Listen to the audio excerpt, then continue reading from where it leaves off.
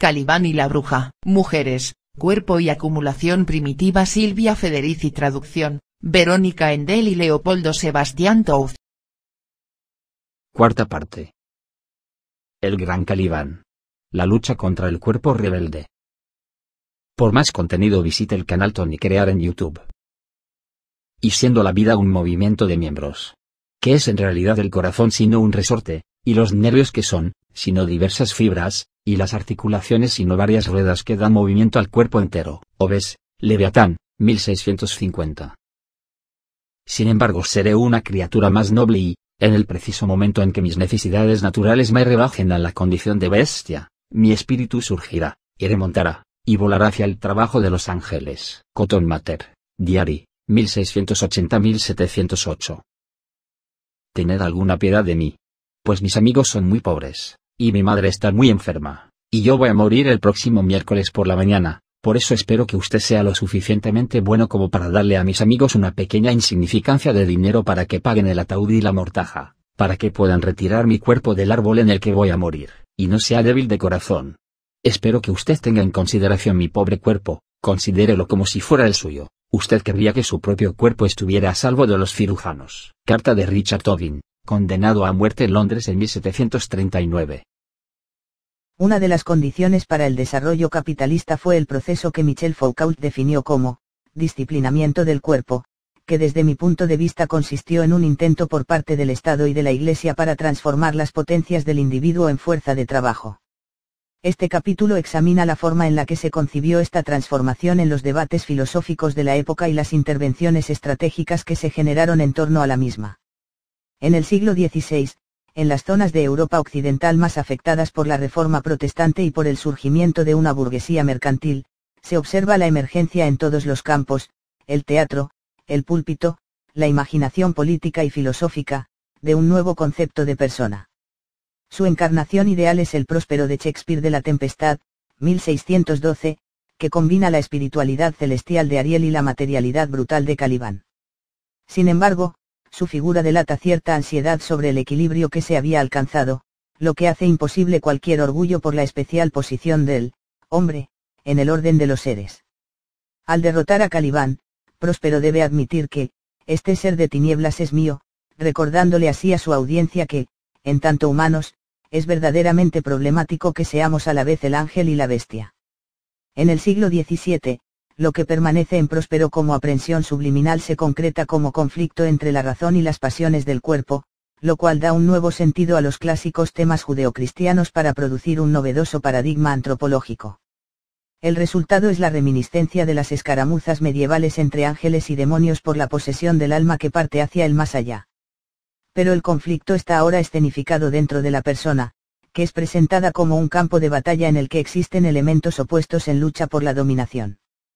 Por un lado, están las fuerzas de la razón, la parsimonia, la prudencia, el sentido de la responsabilidad, el autocontrol. Por otro lado, están los bajos instintos del cuerpo, la lascivia, el ocio, la disipación sistemática de las energías vitales que cada uno posee. Este combate se libra en distintos frentes ya que la razón debe mantenerse atenta ante los ataques del ser carnal y evitar que, en palabras de Lutero, la sabiduría de la carne, corrompa los poderes de la mente. En los casos extremos, la persona se convierte en un terreno de la lucha de todos contra todos. No me dejéis ser nada, si dentro de la brújula de mi ser no encuentro la batalla de Lepanto, las pasiones contra la razón contra la fe contra el demonio y mi conciencia contra todos ellos. Thomas Browne, 1928. A lo largo de este proceso tiene lugar un cambio en el campo metafórico, en tanto que la representación filosófica de la psicología individual se apropia de imágenes del Estado como entidad política, para sacar a la luz un paisaje habitado por gobernantes y sujetos rebeldes, multitudes y sediciones, cadenas y órdenes imperiosas, e incluso por el verdugo, como dice Thomas Browne, masculino. El discurso sobre la persona en el siglo XVII imagina el desarrollo de una batalla en el microcosmos del individuo que sin duda se fundamenta en la realidad de la época. Este es un aspecto del proceso más general de reforma social, a partir de la cual, ya en la era de la razón, la burguesía emergente intentó amoldar a las clases subordinadas a las necesidades de desarrollo de la economía capitalista. En el intento de formar un nuevo tipo de individuo, la burguesía entabló esa batalla contra el cuerpo que se convirtió en su impronta histórica. De acuerdo con Max Weber, la reforma del cuerpo está en el corazón de la ética burguesa porque el capitalismo hace de la adquisición, el objetivo final de la vida, en lugar de tratarla como medio para satisfacer nuestras necesidades, por lo tanto, necesita que perdamos el derecho a cualquier forma espontánea de disfrutar de la vida. El capitalismo intenta también superar nuestro estado natural, al romper las barreras de la naturaleza y al extender el día de trabajo más allá de los límites definidos por la luz solar, los ciclos estacionales y el cuerpo mismo, tal y como estaban constituidos en la sociedad preindustrial.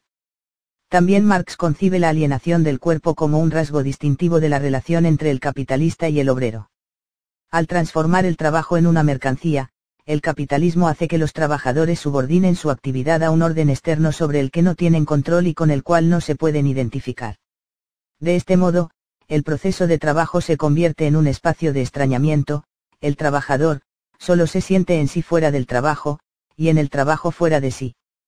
Está en lo suyo cuando no trabaja y cuando trabaja no está en lo suyo, Marx, 1961.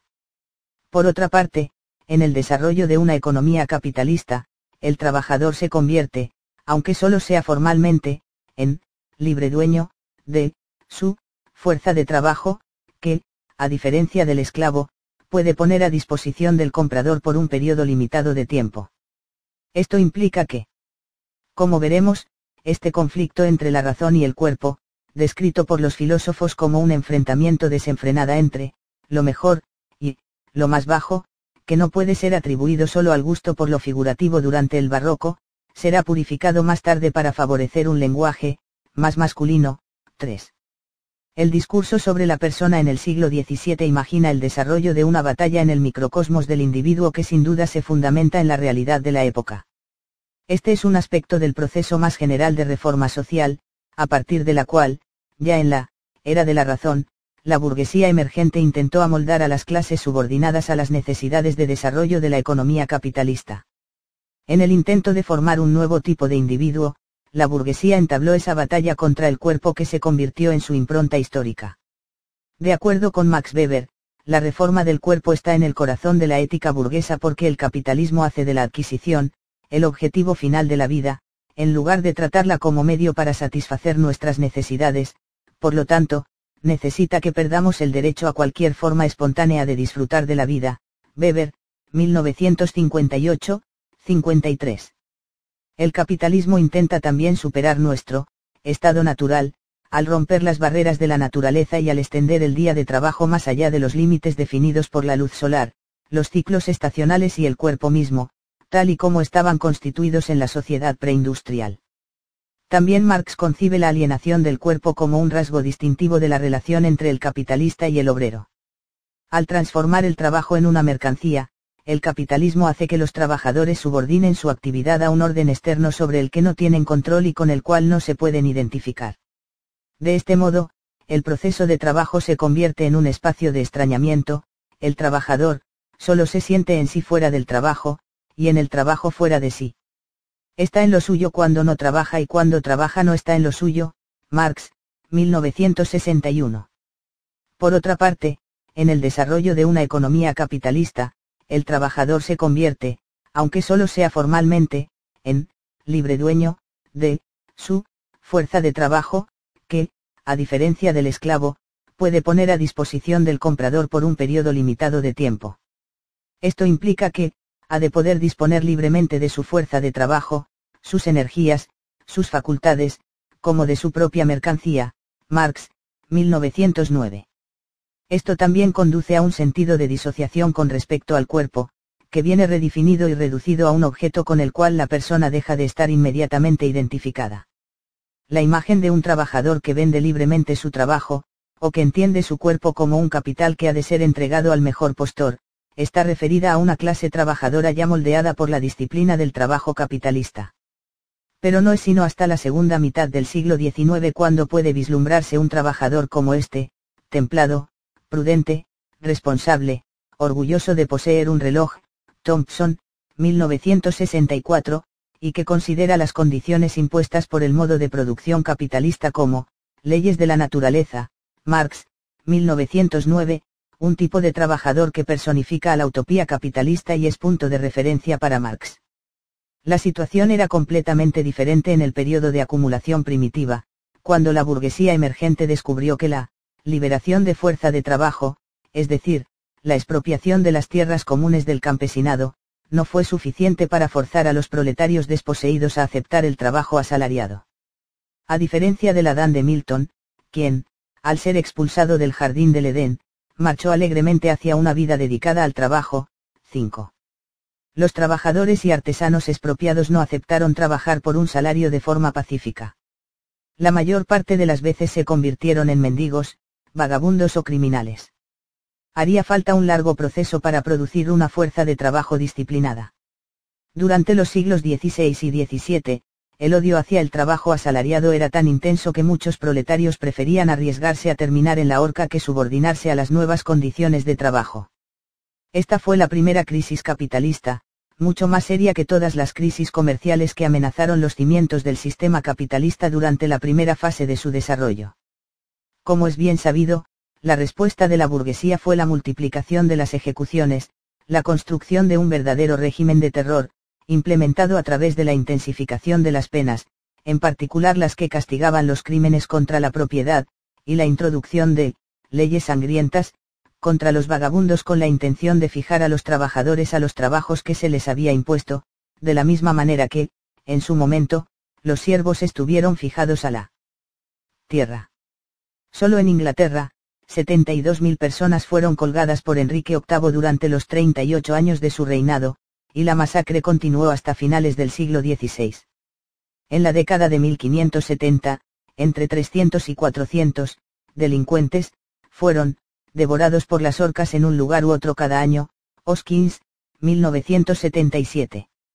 Solo en Devon, 74 personas fueron colgadas durante 1598, y Bidem. Pero la violencia de la clase dominante no se limitó a reprimir a los transgresores.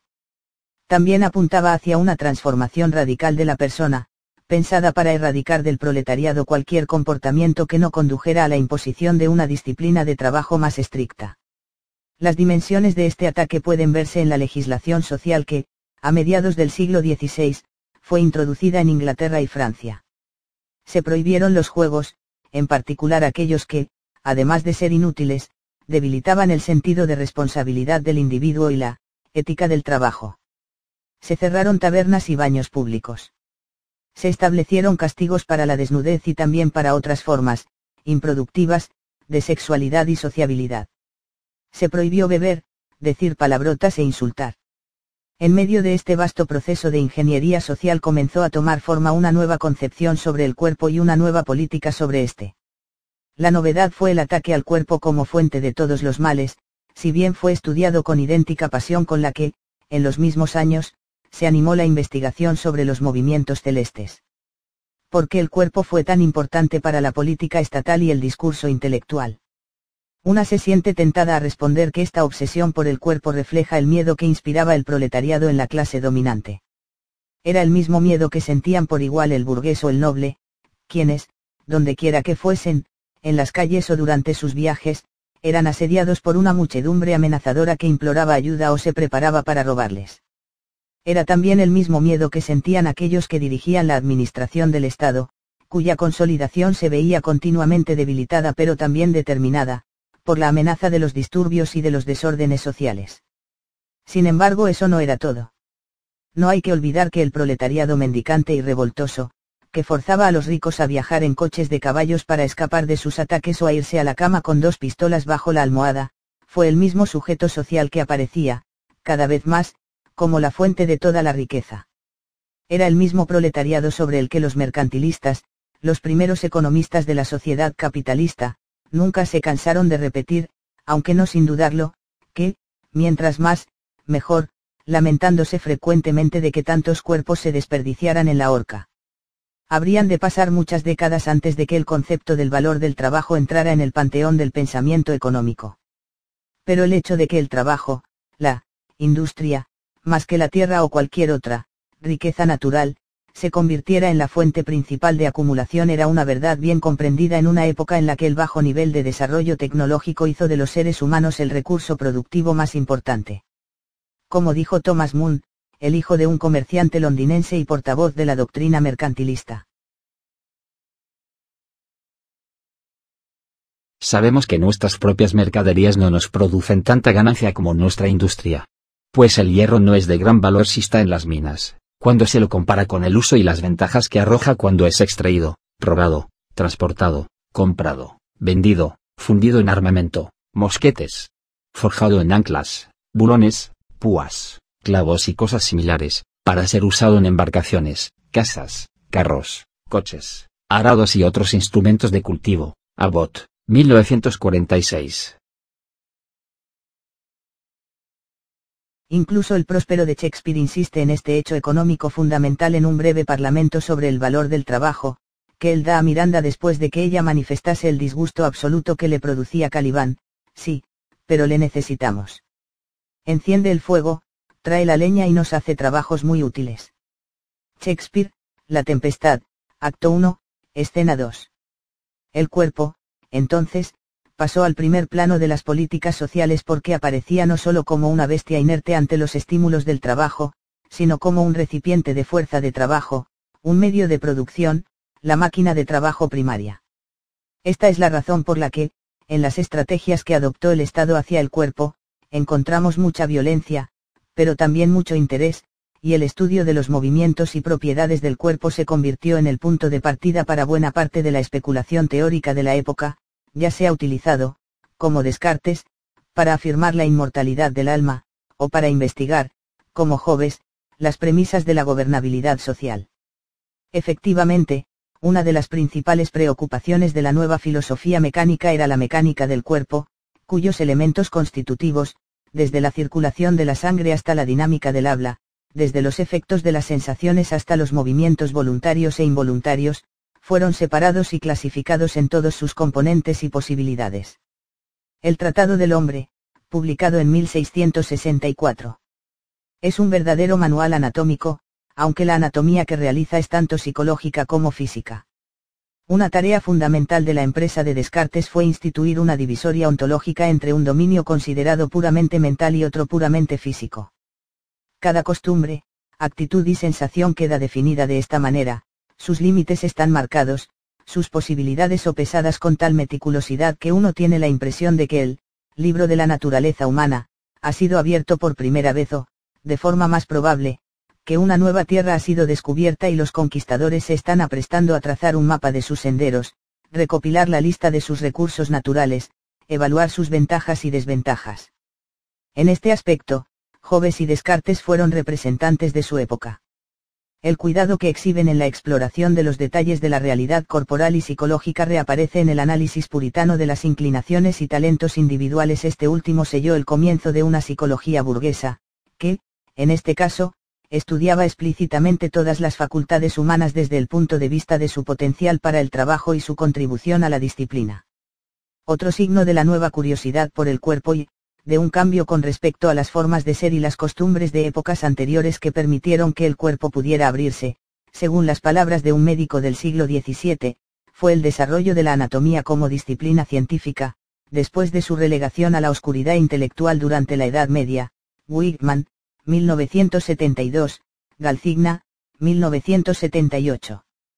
Pero al mismo tiempo que el cuerpo aparecía como el principal protagonista en la escena filosófica y política, un aspecto sorprendente de estas investigaciones fue la concepción degradada que se formaron del mismo.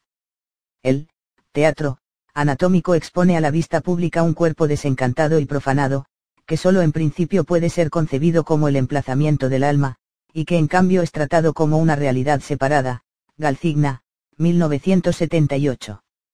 A los ojos del anatomista, el cuerpo es una fábrica, tal y como muestra el título fundamental de Andrea Vesalius sobre su trabajo de la industria de la disección, De Humani Corporis Fabrica, 1543.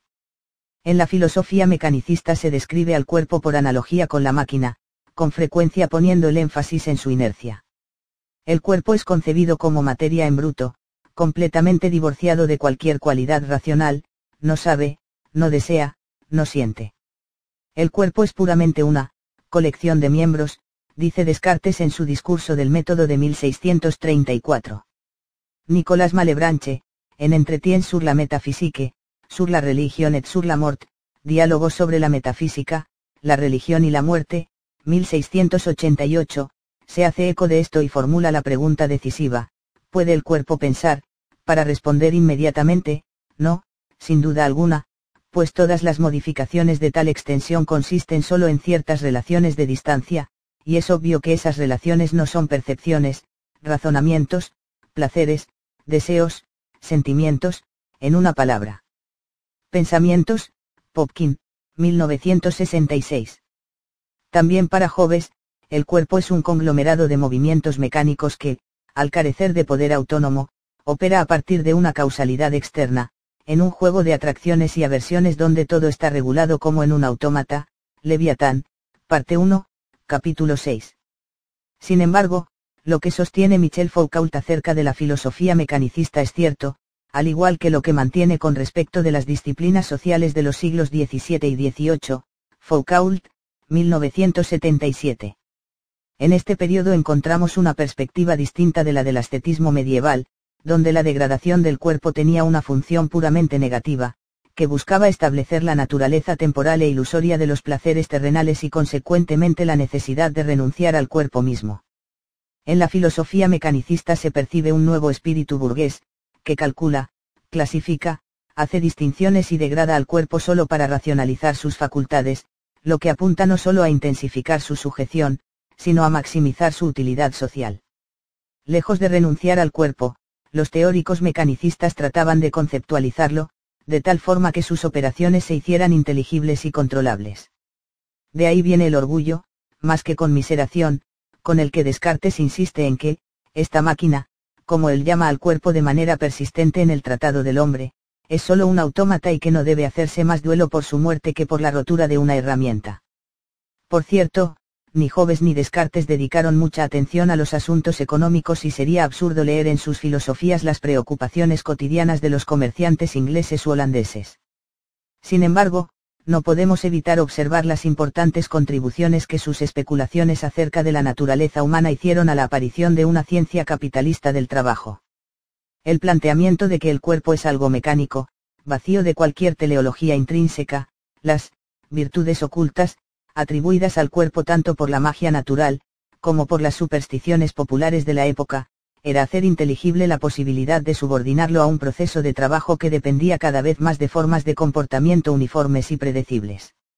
Una vez que sus mecanismos fueron deconstruidos, y él mismo fuera reducido a una herramienta, el cuerpo pudo ser abierto a la manipulación infinita de sus poderes y posibilidades.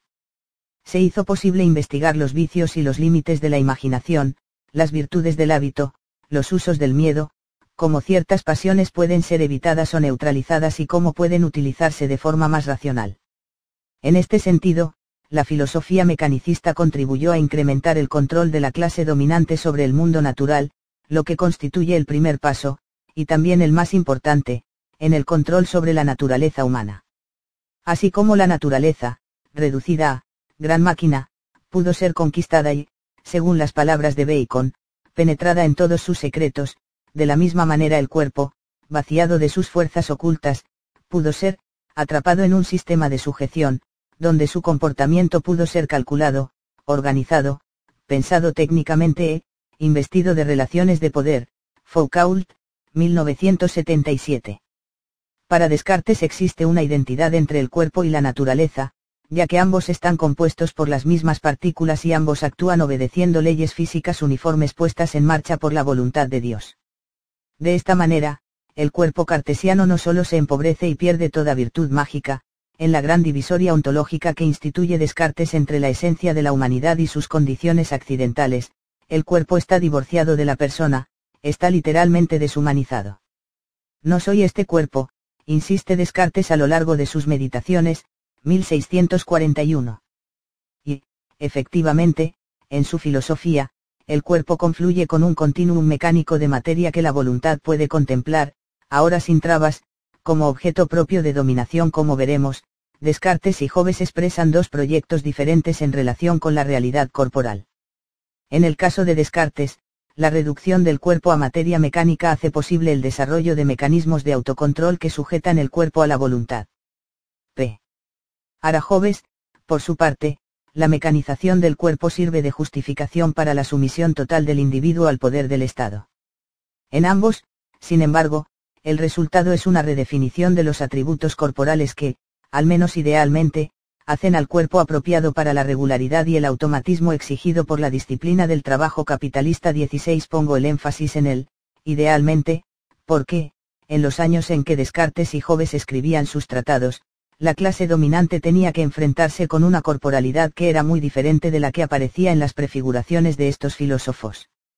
De hecho, es difícil reconciliar los cuerpos insubordinados que rondan la literatura social del siglo de hierro, con las imágenes de relojes por medio de las cuales Descartes y Hobbes representaban al cuerpo en sus trabajos.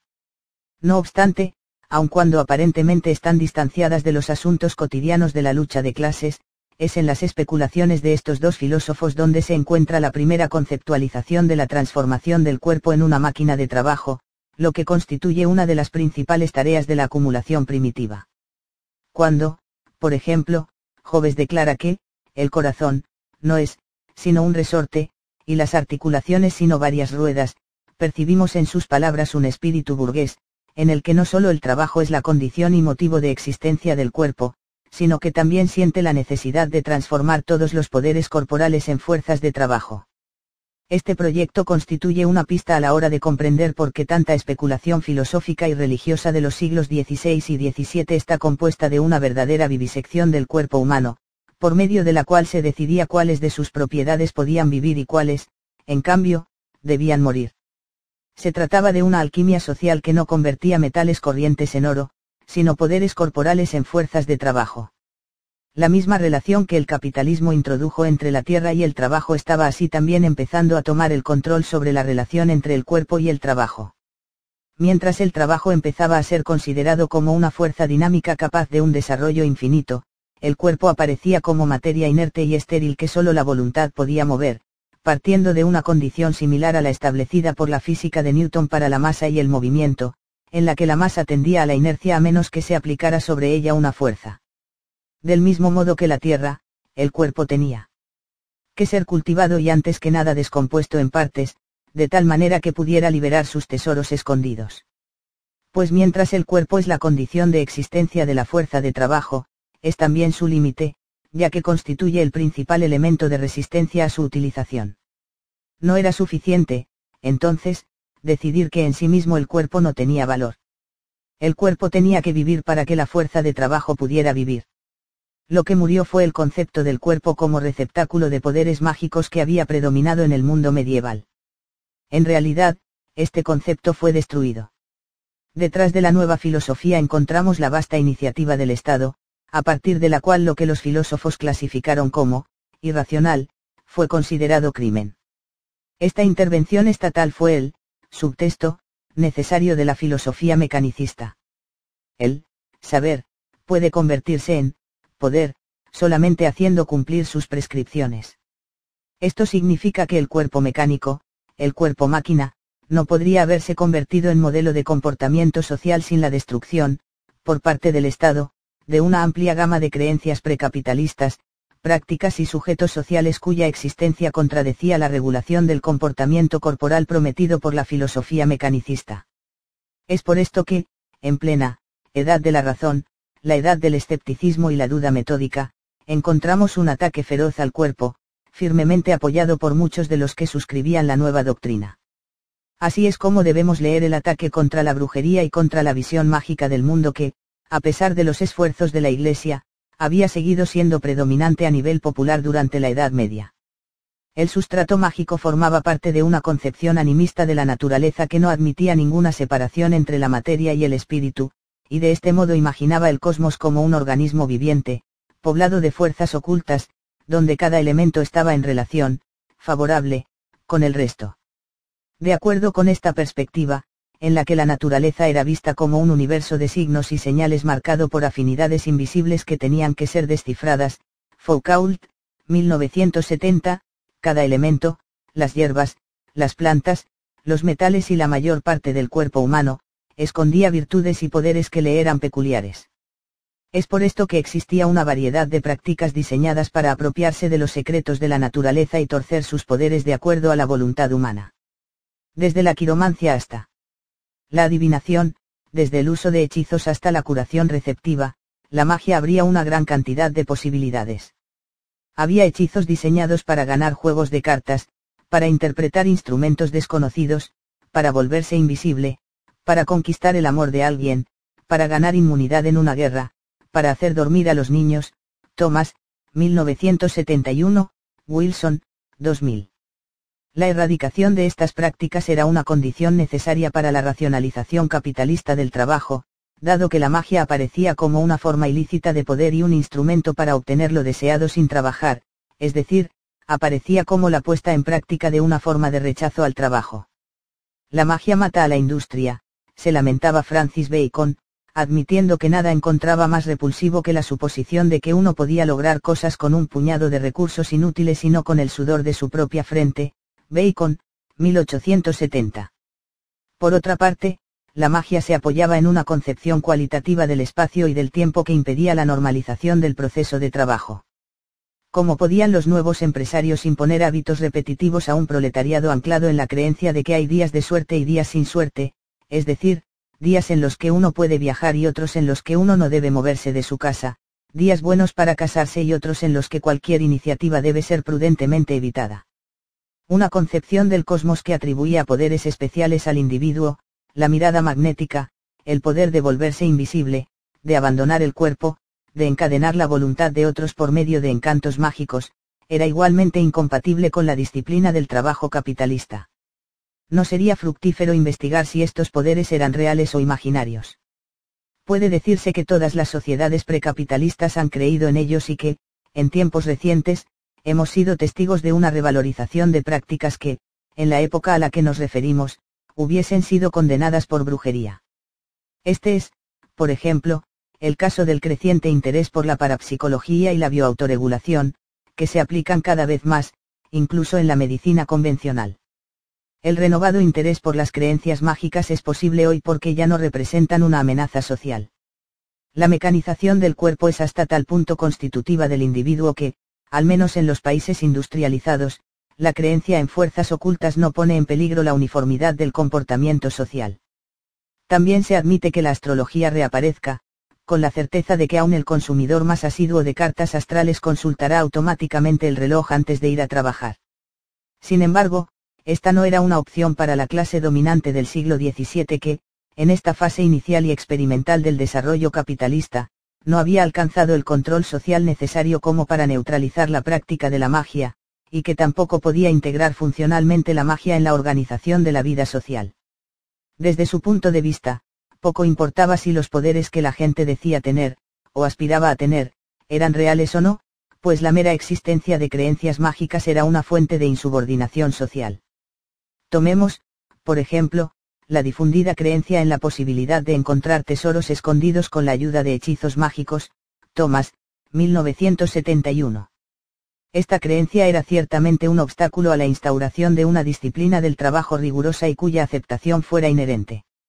Igualmente amenazador fue el uso que las clases bajas hicieron de las profecías que, particularmente durante la Revolución Inglesa, como ya lo habían hecho en la Edad Media, sirvieron para formular un programa de lucha. Elton, 1972. Las profecías no son simplemente la expresión de una resignación fatalista. Históricamente han sido un medio por el cual los pobres han expresado sus deseos con el fin de dotar de legitimidad a sus planes y motivarse para actuar. Hobbes reconoció esto cuando advirtió que no hay nada que dirija tan bien a los hombres en sus deliberaciones como la previsión de las consecuencias de sus acciones. La profecía es muchas veces la causa principal de los acontecimientos pronosticados. Hobbes, Behemoth, Borg 6. Pero más allá de los peligros que planteaba la magia, la burguesía tenía que combatir su poder porque debilitaba el principio de responsabilidad individual, ya que la magia relacionaba las causas de la acción social con las estrellas, lo que estaba fuera de su alcance y su control. De ese modo, mediante la racionalización del espacio y del tiempo que caracterizó a la especulación filosófica de los siglos XVI y XVII, la profecía fue reemplazada por el cálculo de probabilidades, cuya ventaja, desde el punto de vista capitalista, es que el futuro puede ser anticipado solo en tanto se suponga la regularidad y la inmutabilidad del sistema, es decir, solo en tanto se suponga que el futuro será como el pasado y que ningún cambio mayúsculo, ninguna revolución, alterará las condiciones en las que los individuos toman decisiones. De manera similar, la burguesía tuvo que combatir la suposición de que es posible estar en dos sitios al mismo tiempo, pues la fijación del cuerpo en el espacio y en el tiempo, es decir, la identificación espaciotemporal del individuo, es una condición esencial para la regularidad del proceso de trabajo. La incompatibilidad de la magia con la disciplina del trabajo capitalista y con la exigencia de control social es una de las razones por las que el Estado lanzó una campaña de terror en su contra, un terror aplaudido sin reservas por muchos de los que hoy en día son considerados fundadores del racionalismo científico, Jean Bodin, Mersenne, el filósofo mecanicista y miembro de la Royal Society, Richard Boyle, y el maestro de Newton, Isaac Barrow. Incluso el materialista Hobbes, a la vez que mantenía distancia, dio su aprobación. En cuanto a las brujas, escribió, 1963, no creo que su brujería encierre ningún poder efectivo, pero justamente se las castiga por la falsa creencia que tienen de ser causa de maleficio, y, además, por su propósito de hacerlo si pudieran. Defendió que si se eliminaran estas supersticiones, los hombres estarían más dispuestos de lo que lo están a la obediencia cívica. Hobbes estaba bien asesorado. Las hogueras en las que las brujas y otros practicantes de la magia murieron, y las cámaras en las que se ejecutaron sus torturas, fueron un laboratorio donde tomó forma y sentido la disciplina social, y donde fueron adquiridos muchos conocimientos sobre el cuerpo. Con las hogueras se eliminaron aquellas supersticiones que obstaculizaban la transformación del cuerpo individual y social en un conjunto de mecanismos predecibles y controlables. Y fue allí, nuevamente, donde nació el uso científico de la tortura, pues fueron necesarias la sangre y la tortura para criar un animal, capaz de un comportamiento regular, homogéneo y uniforme, marcado a fuego con la señal de las nuevas reglas, Nietzsche, 1965. Un elemento significativo, en este contexto, fue la condena del aborto y de la anticoncepción como maleficium, lo que encomendó el cuerpo femenino a las manos del Estado y de la profesión médica y llevó a reducir el útero a una máquina de reproducción del trabajo. En el capítulo sobre la caza de brujas, volveré sobre este punto, allí sostengo que la persecución de las brujas fue el punto culminante de la intervención estatal contra el cuerpo proletario en la era moderna. Es necesario hacer hincapié en que a pesar de la violencia desplegada por el Estado, el disciplinamiento del proletariado continuó lentamente a lo largo del siglo XVII, así como durante el siglo XVIII, frente a una fuerte resistencia que ni siquiera el miedo a la ejecución pudo superar.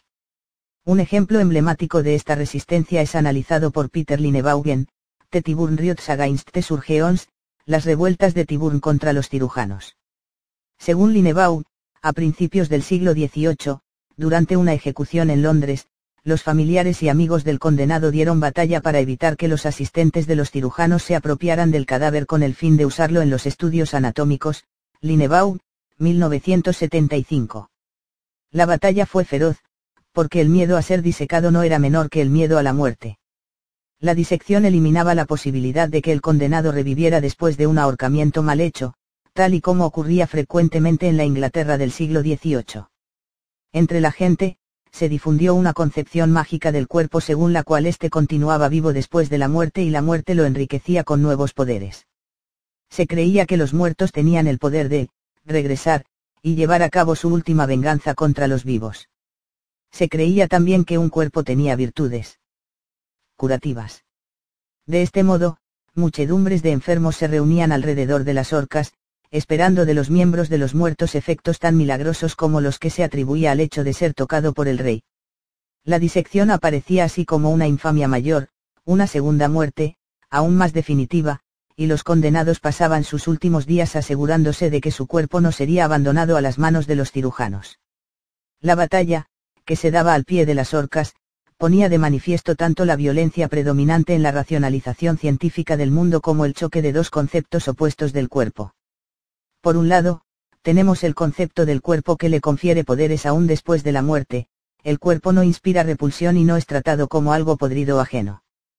Por otro, el cuerpo es considerado muerto aunque todavía esté vivo, ya que es concebido como un instrumento mecánico, que puede ser desmantelado como si se tratara de una máquina.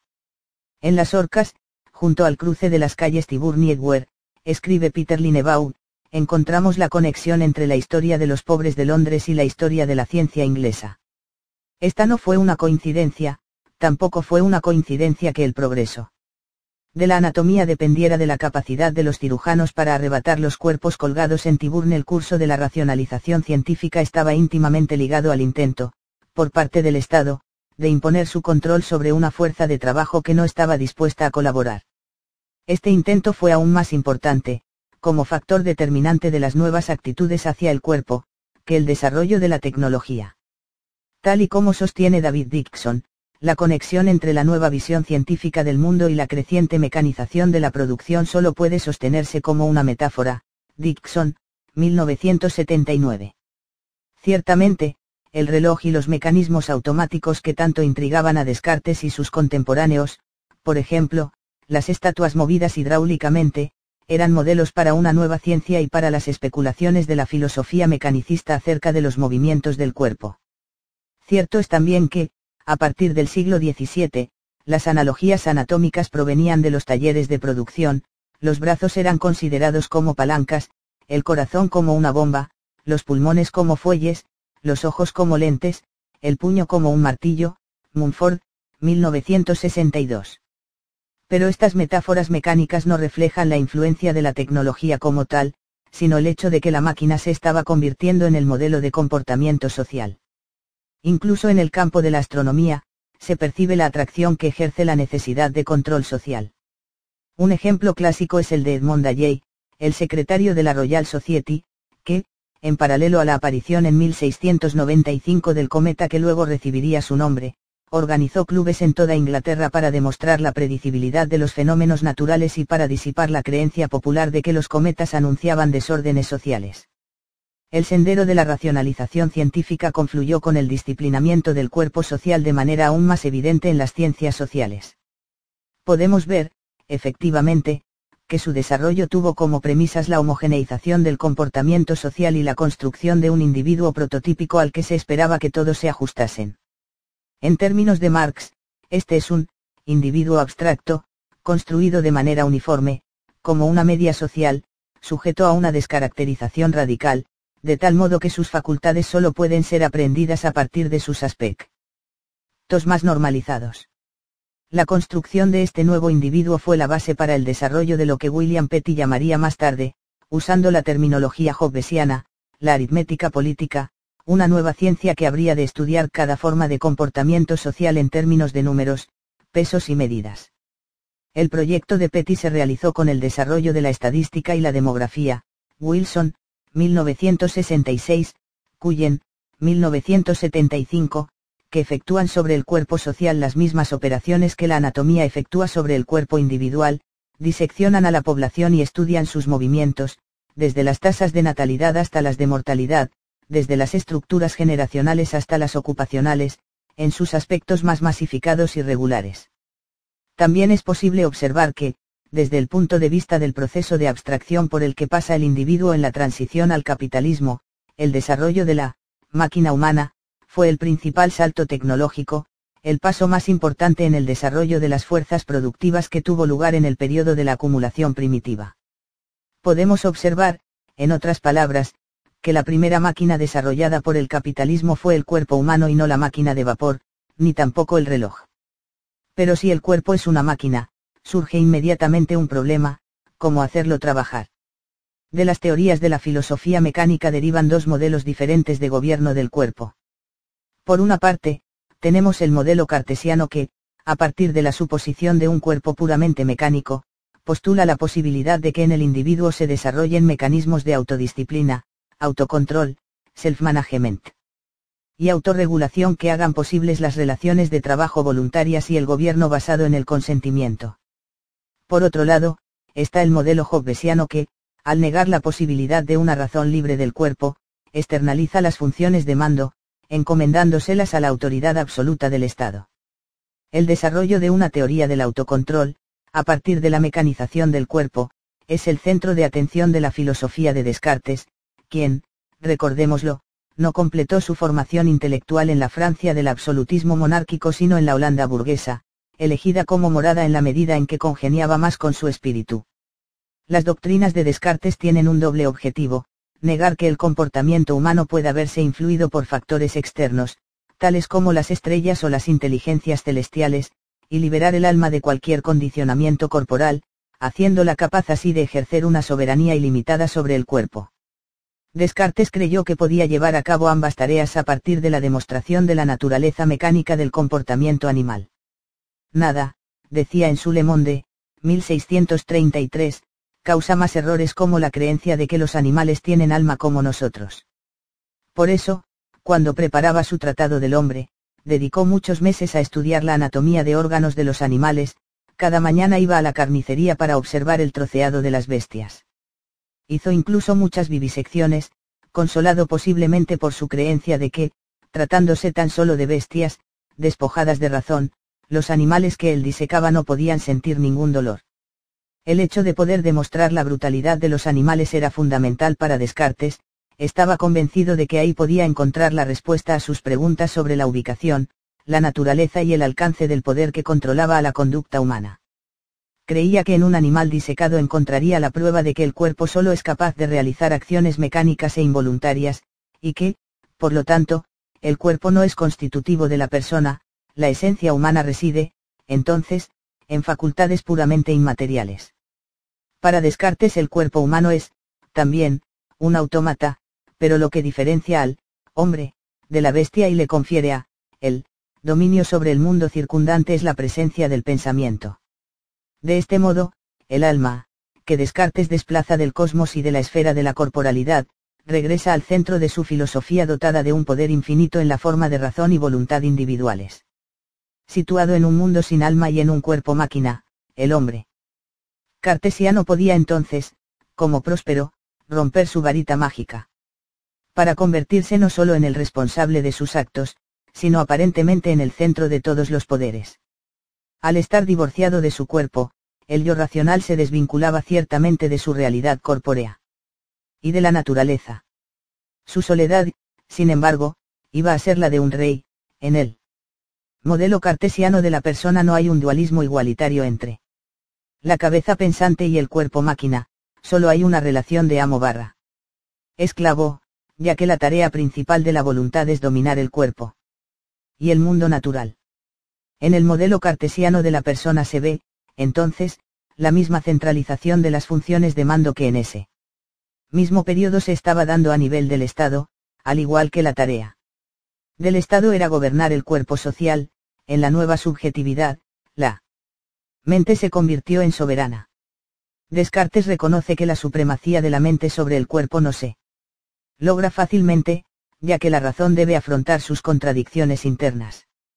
Así, en Las pasiones del alma, 1650, nos presenta la perspectiva de una batalla constante entre las facultades bajas y altas del alma que él describe casi en términos militares, apelando a nuestra necesidad de ser valientes y de obtener las armas adecuadas para resistir a los ataques de nuestras pasiones. Debemos estar preparados para sufrir derrotas temporales, pues tal vez nuestra voluntad no sea siempre capaz de cambiar o detener sus pasiones. Puede, sin embargo, neutralizarlas desviando su atención hacia otra cosa, o puede restringir los movimientos del cuerpo que provocan. Puede, en otras palabras, evitar que las pasiones se conviertan en acciones. Descartes, 1973. Con la institución de una relación jerárquica entre la mente y el cuerpo, Descartes desarrolló las premisas teóricas para la disciplina del trabajo requerida para el desarrollo de la economía capitalista. La supremacía de la mente sobre el cuerpo implica que la voluntad puede, en principio, controlar las necesidades, las reacciones y los reflejos del cuerpo, que puede imponer un orden regular sobre sus funciones vitales y forzar al cuerpo a trabajar de acuerdo a especificaciones externas, independientemente de sus deseos. Aún más importante es que la supremacía de la voluntad permite la interiorización de los mecanismos de poder. Por eso, la contraparte de la mecanización del cuerpo es el desarrollo de la razón como juez inquisidor, gerente, manager, y administrador. Aquí encontramos los orígenes de la subjetividad burguesa basada en el autocontrol, self-management, la propiedad de sí, la ley y la responsabilidad, con los corolarios de la memoria y la identidad. Aquí encontramos también el origen de esa proliferación de micropoderes, que Michel Foucault ha descrito en su crítica del modelo jurídico discursivo del poder, Foucault, 1977. Sin embargo, el modelo cartesiano muestra que el poder puede ser descentralizado, difundido a través del cuerpo social solo en la medida en que vuelve a plegarse en la persona, de esta manera la persona es reorganizada como un microestado. En otras palabras, al difundirse, el poder no pierde su fuerza, es decir, su contenido y sus propósitos, sino que simplemente adquiere la colaboración del yo en su ascenso. Dentro de este contexto debe considerarse la tesis propuesta por Brian Easlea, el principal beneficio que el dualismo cartesiano ofreció a la clase capitalista fue la defensa cristiana de la inmortalidad del alma y la posibilidad de derrotar el ateísmo implícito en la magia natural, que estaba cargada de implicaciones subversivas. Easlea, 1980. Para apoyar esta perspectiva, Easlea sostiene que la defensa de la religión fue una cuestión central en el cartesianismo, el cual, particularmente en su versión inglesa, nunca olvidó que, sin espíritu no hay Dios, ni obispo, ni rey. El argumento de Easlea es atractivo. Su insistencia, sin embargo, en los elementos reaccionarios del pensamiento de Descartes hacen que le sea imposible responder a la pregunta que él mismo formula, ¿por qué el control del cartesianismo en Europa fue tan fuerte como para que, incluso después de que la física newtoniana disipara la creencia en un mundo natural carente de poderes ocultos, y aún después del advenimiento de la tolerancia religiosa, continuara dando forma a la visión dominante del mundo? En mi opinión, la popularidad del cartesianismo entre las clases medias y altas estaba directamente relacionada con el programa de dominio de sí promovido por la filosofía de Descartes. En sus implicaciones sociales, este programa fue tan importante para la élite contemporánea a Descartes que la relación hegemónica entre los seres humanos y la naturaleza se legitimó a partir del dualismo cartesiano.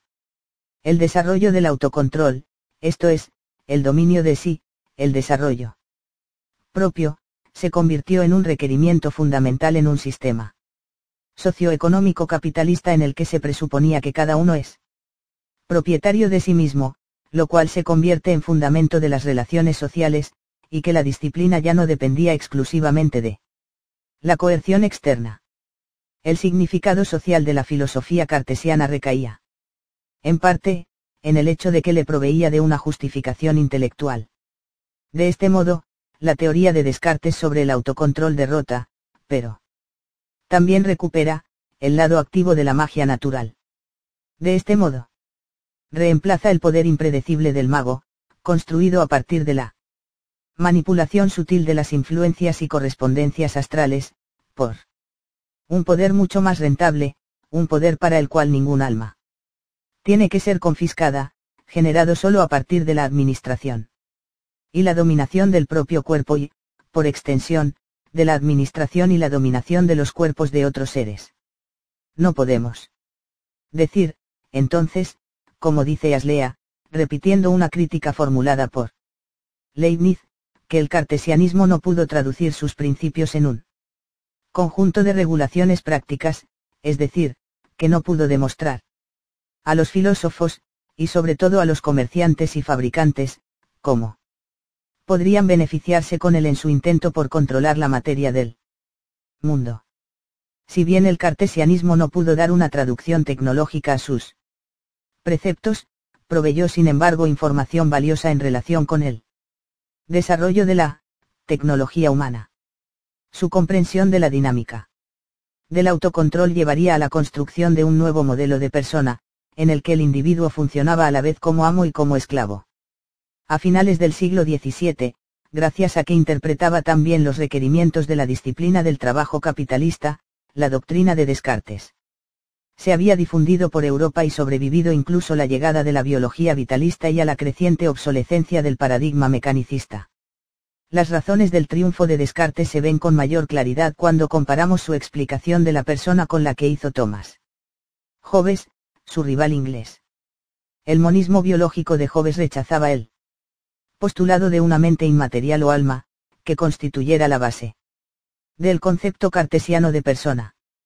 Con ello rechazaba el supuesto cartesiano de que la voluntad humana puede liberarse del determinismo corpóreo e instintivo. Para Hobbes, el comportamiento humano era un conglomerado de acciones reflejas que seguían leyes naturales precisas y obligaban al individuo a luchar incesantemente por el poder y la dominación sobre los otros. De ahí la guerra de todos contra todos, en un hipotético estado de naturaleza, y la necesidad de un poder absoluto que garantizase, a través del miedo y del castigo, la supervivencia del individuo en la sociedad. Como es bien sabido, la doctrina política de Hobbes causó escándalo entre sus contemporáneos, quienes la consideraron peligrosa y subversiva, hasta el punto de que, aunque era algo que deseaba fuertemente, Hobbes nunca fue admitido en la Royal Society, Bowle, 1952.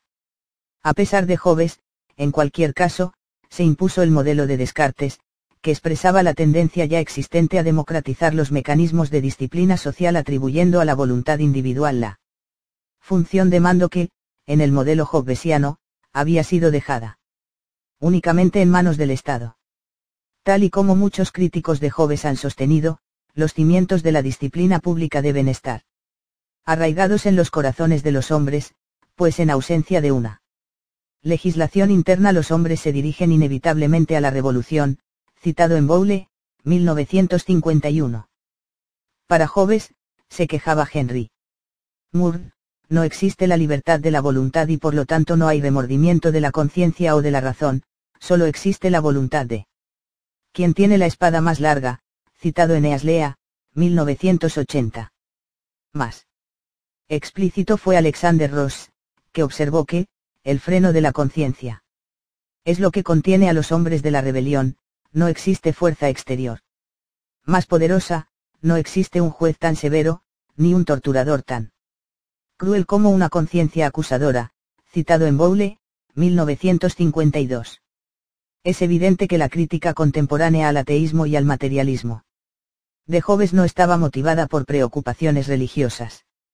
La visión de Hobbes del individuo, como una máquina movida solo por sus apetitos y aversiones, no fue rechazada porque eliminara el concepto de la criatura humana hecha a la imagen de Dios, sino porque descartaba la posibilidad de una forma de control social que no dependiera exclusivamente del dominio férreo del Estado. Aquí está, en mi opinión, la diferencia principal entre la filosofía de Hobbes y el cartesianismo. Esta distinción, sin embargo, no puede apreciarse si insistimos en los elementos feudales de la filosofía de Descartes, y particularmente en su defensa de la existencia de Dios, con todo lo que esto supone como aval del poder estatal. Si efectivamente privilegiamos el Descartes feudal perdemos de vista el hecho de que la eliminación del elemento religioso en Hobbes, es decir, la creencia en la existencia de las sustancias incorpóreas, era en realidad una respuesta a la democratización implícita en el modelo cartesiano de autocontrol, del que Hobbes sin duda desconfiaba. Tal y como había demostrado el activismo de las sectas puritanas durante la Guerra Civil inglesa, el autocontrol podía transformarse fácilmente en una propuesta subversiva. El llamamiento de los puritanos a convertir el manejo del comportamiento propio en conciencia individual, y a hacer de la conciencia propia el juez último de la verdad, se había radicalizado en manos de los sectarios para convertirse en un rechazo anárquico de la autoridad establecida. El ejemplo de los cavadores y los ranters y de decenas de predicadores mecanicistas que, en nombre de la luz de la conciencia, se habían opuesto a la legislación del Estado y a la propiedad privada, debían haber convencido a Hobbes de que el llamamiento a la razón era una peligrosa arma de doble filo. El conflicto entre el teísmo cartesiano y el materialismo hobbesiano se resolvió con el tiempo en su asimilación recíproca, en el sentido, como siempre en la historia del capitalismo, de que la descentralización de los mecanismos de mando, a través de su localización en el individuo, se logró finalmente solo en la medida en que se dio una centralización del poder en el Estado. Para poner esta resolución en los términos en los que estaba planteado el debate durante la Guerra Civil inglesa, ni los cavadores ni el absolutismo, sino una bien calculada mezcla de ambos, en donde la democratización del mando caería sobre las espaldas de un Estado siempre listo, como el dios newtoniano, para reimponer el orden sobre las almas que avanzaban demasiado lejos en las formas de la autodeterminación. El quid de la cuestión fue expresado lúcidamente por Joseph Glanville, miembro cartesiano de la Royal Society, quien, en una polémica con Hobbes, sostuvo que el problema fundamental era el control de la mente sobre el cuerpo. Esto, sin embargo, no implicaba simplemente el control de la clase dominante, la mente por excelencia, sobre el cuerpo proletariado, sino, lo que es igualmente importante, el desarrollo de la capacidad de autocontrol dentro de la persona. Como ha demostrado Foucault, la mecanización del cuerpo no solo supuso la represión de los deseos, las emociones y las otras formas de comportamiento que habían de ser erradicadas. También supuso el desarrollo de nuevas facultades en el individuo que aparecerían como otras en relación al cuerpo y que se convertirían en agentes de su transformación. El producto de esta separación con respecto al cuerpo fue, en otras palabras, el desarrollo de la identidad individual, concebida precisamente como alteridad, con respecto al cuerpo y en perpetuo antagonismo con él. La aparición de este alter ego y la determinación de un conflicto histórico entre la mente y el cuerpo representan el nacimiento del individuo en la sociedad capitalista. Hacer del propio cuerpo una realidad ajena que hay que evaluar, desarrollar y mantener a raya con el fin obtener del mismo los resultados deseados, se convertiría en una característica típica del individuo moldeado por la disciplina del trabajo capitalista. Como señalamos, entre las clases bajas, el desarrollo del autocontrol, self-management, como autodisciplina fue, durante mucho tiempo, objeto de especulación. La escasa autodisciplina que se esperaba de la gente común, puede juzgarse por el hecho de que, ya en Inglaterra en el siglo XVIII, había 160 crímenes que se castigaban con la muerte, Linnebaum, 1992, y cada año miles de personas comunes eran transportadas a las colonias o condenadas a galeras. Además, cuando el populacho apelaba a la razón, era para presentar demandas antiautoritarias, ya que el dominio de sí, self-mastery, a nivel popular, significaba el rechazo de la autoridad establecida, más que la interiorización de las normas sociales. Efectivamente, durante el siglo XVII, el dominio de sí fue una prerrogativa burguesa. Como señala Aslea, cuando los filósofos hablaban del hombre, como un ser racional, hacían referencia exclusiva a una pequeña élite compuesta por hombres adultos, blancos y de clase alta. La gran multitud de los hombres, escribió Henry Power, un seguidor inglés de Descartes, se parece más bien al autómata de Descartes, ya que carecen de cualquier poder de razonar y solo pueden ser llamados hombres en tanto metáfora.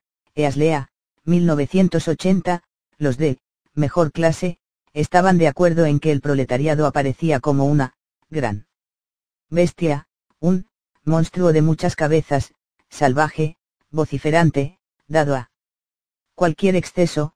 Il, 1975, Linnebaum y Rediker, 2000. También a nivel individual, el vocabulario ritual identificaba a las masas como seres puramente instintivos. Así, en la literatura isabelina, el mendigo es siempre vigoroso y robusto, grosero, irascible y desordenado. Tales son las palabras que aparecen una y otra vez en las discusiones sobre la clase baja. El cuerpo no solo perdió todas las connotaciones naturalistas en ese proceso, sino que comenzó a emerger una función cuerpo, en el sentido de que el cuerpo se convirtió en un término puramente relacional, que ya no significaba ninguna realidad específica, se le identificaba, en cambio, con cualquier impedimento al dominio de la razón. Esto significa que mientras que el proletariado se tornó cuerpo, el cuerpo se convirtió en el proletariado, y en particular en lo débil e irracional, la mujer en nosotros, como decía Hamlet, o en lo salvaje africano, definido puramente por su función limitadora, es decir, por su alteridad. Con respecto a la razón, tratado como un agente de subversión interna. Sin embargo, la lucha contra esta gran bestia no estuvo dirigida solamente contra la gente de clase baja. También fue interiorizada por las clases dominantes en su batalla contra su propio estado natural. Como hemos visto, al igual que Próspero, la burguesía también tuvo que reconocer que este ser de tiniebla es mío, es decir, que Calibán era parte suya. Brown, 1988, Tillard, 1961. Esta conciencia impregna la producción literaria de los siglos XVI y XVII. La terminología es reveladora. Incluso quienes no siguieron a Descartes vieron el cuerpo como una bestia que de forma constante tenía que ser mantenida bajo control. Sus instintos fueron comparados con súbditos, destinados a ser gobernados, y los sentidos fueron considerados una prisión para el alma racional. ¿O quién surgirá de esta mazmorra? Un alma esclavizada de tantas formas. Preguntó Andrew Marvell en su diálogo entre el alma y el cuerpo. Con pernos de huesos que se elevan engrillados en los pies, y las manos esposadas. Aquí ciegos de un ojo, allá sordos con el tamborilear de una oreja.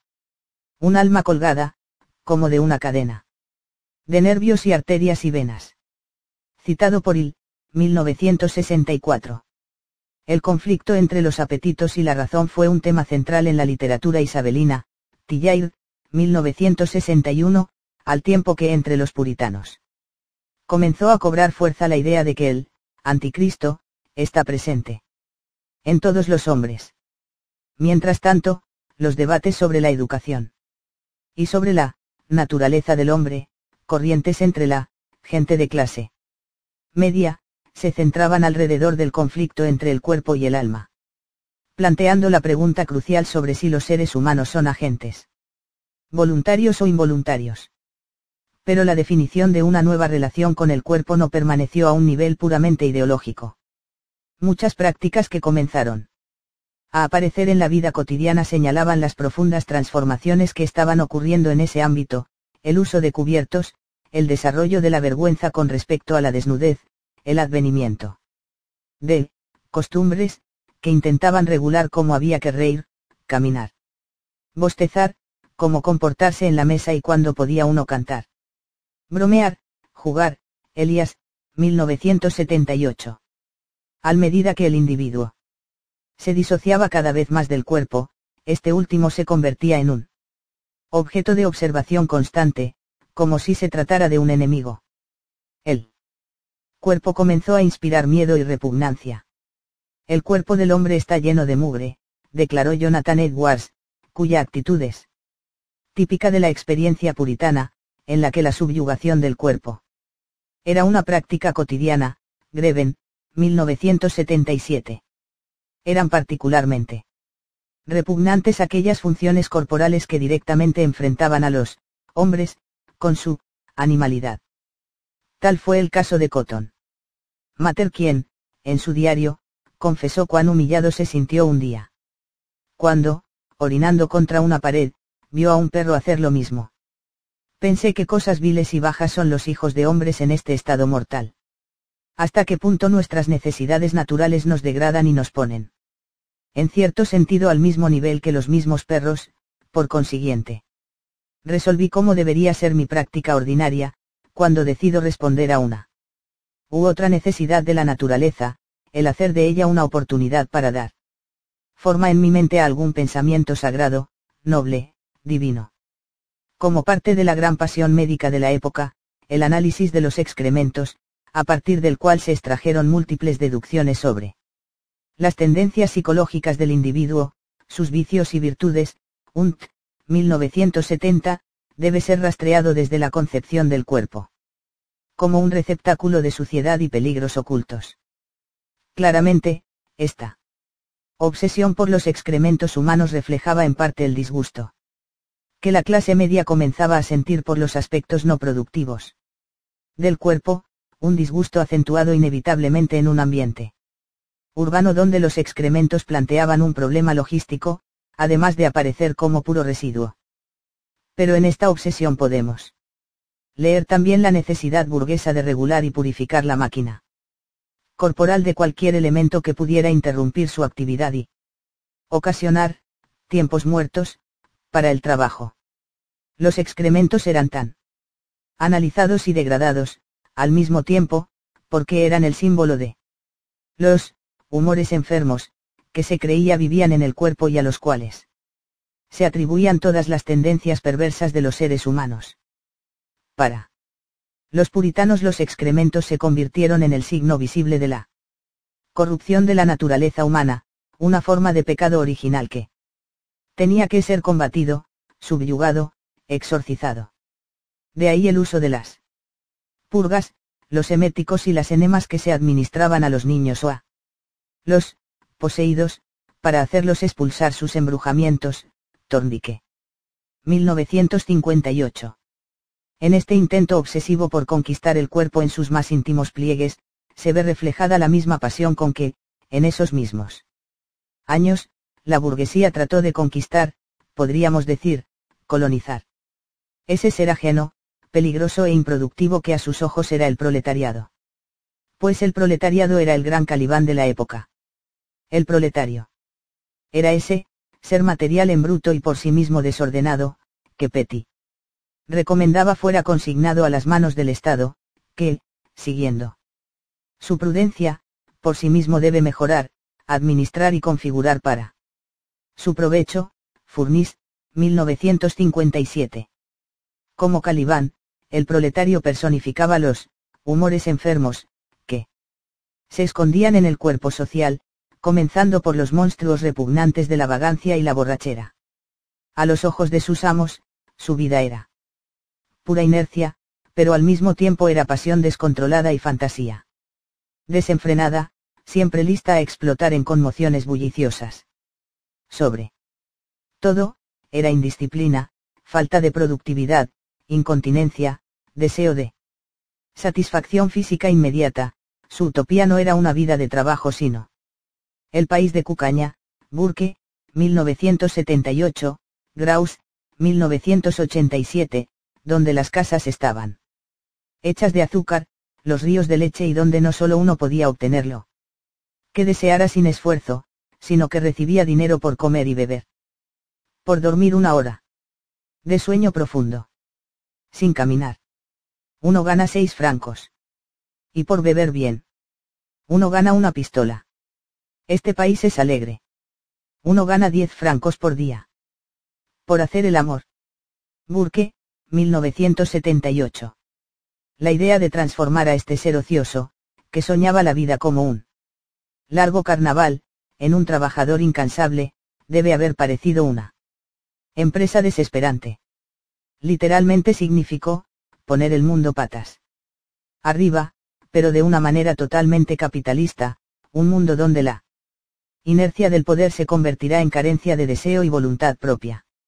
Donde la vis erótica se tornará vis laborativa y donde la necesidad será experimentada solo como carencia, abstinencia y penuria eterna. De ahí esta batalla contra el cuerpo, que caracterizó la época temprana del desarrollo capitalista y que ha continuado, de distintas maneras, hasta nuestros días. De ahí que la mecanización del cuerpo, que fue el proyecto de la nueva filosofía natural y el punto focal de los primeros experimentos en la organización del Estado.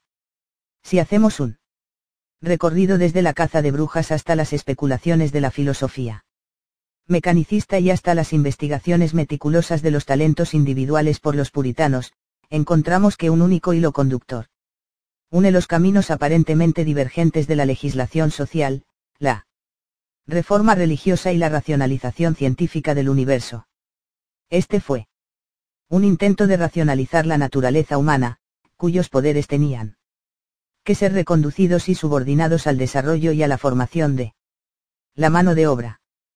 Como hemos visto, En este proceso el cuerpo fue progresivamente politizado, fue desnaturalizado y redefinido como lo otro, el limit nun.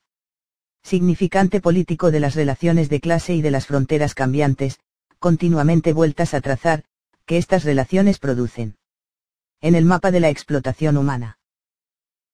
Por más contenido visite el canal Tony Crear en YouTube. Gracias por su atención.